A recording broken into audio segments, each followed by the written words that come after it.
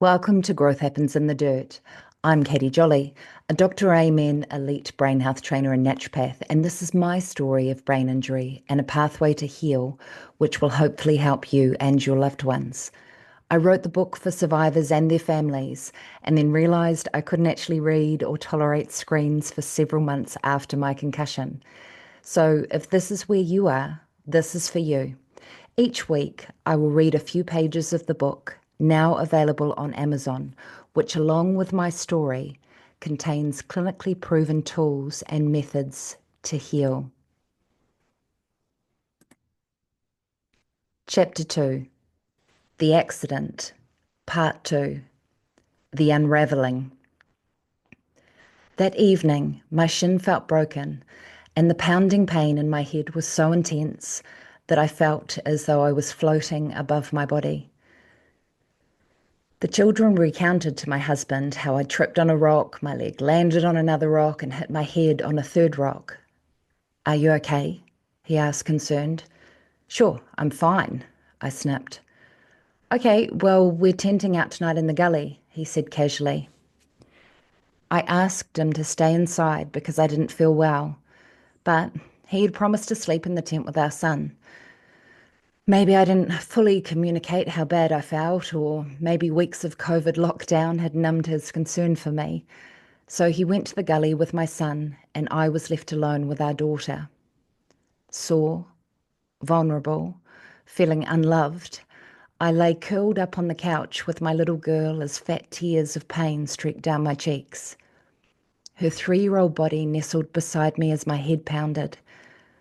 I'd never felt so alone before, like a person stuck inside a snow globe where sound is muffled. "Don't cry, Mama. It'll be okay," as her tiny fingers wiped my cheeks. She whispered, "I know it's sore, but if you take a deep breath, it'll be better in the morning. I love you.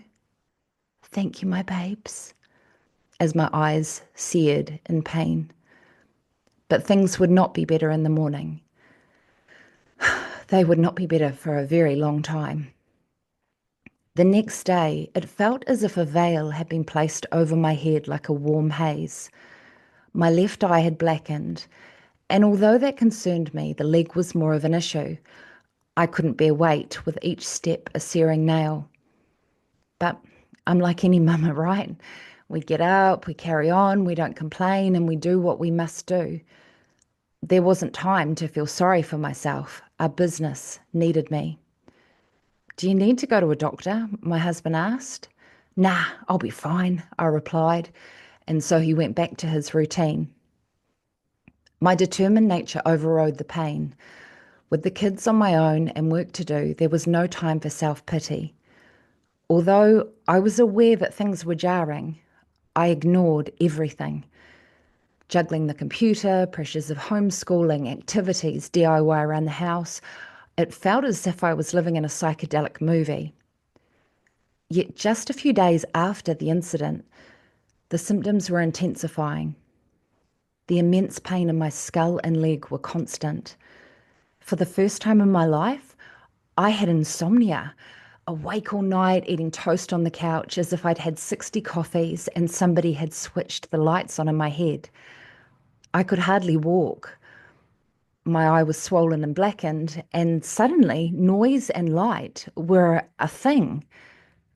But because I knew nothing about concussion, I decided to dose up on painkillers, migraine pills, as I had suffered from them in the past, caffeine and my ADHD medication, and carried on working.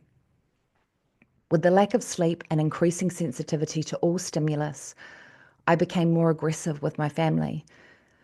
When people suggested going to the doctor, because we were still in lockdown, I'd brush it off. I started to notice strange symptoms, with one eye closing slower, like a magnetic hinge door.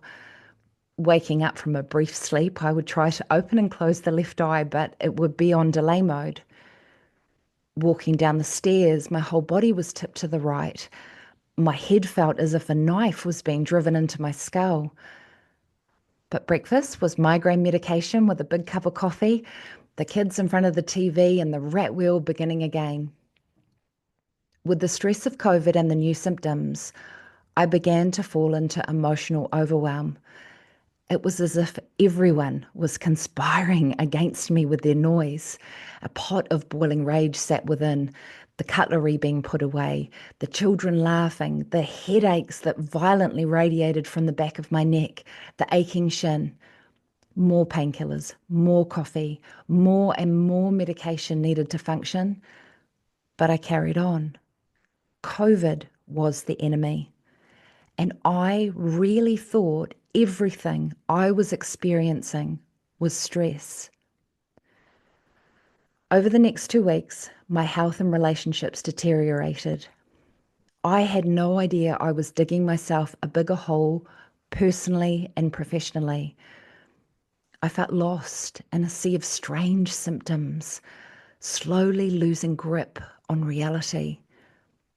No sleep, constant pain. I was existing in an altered universe that was ripping me from those I loved.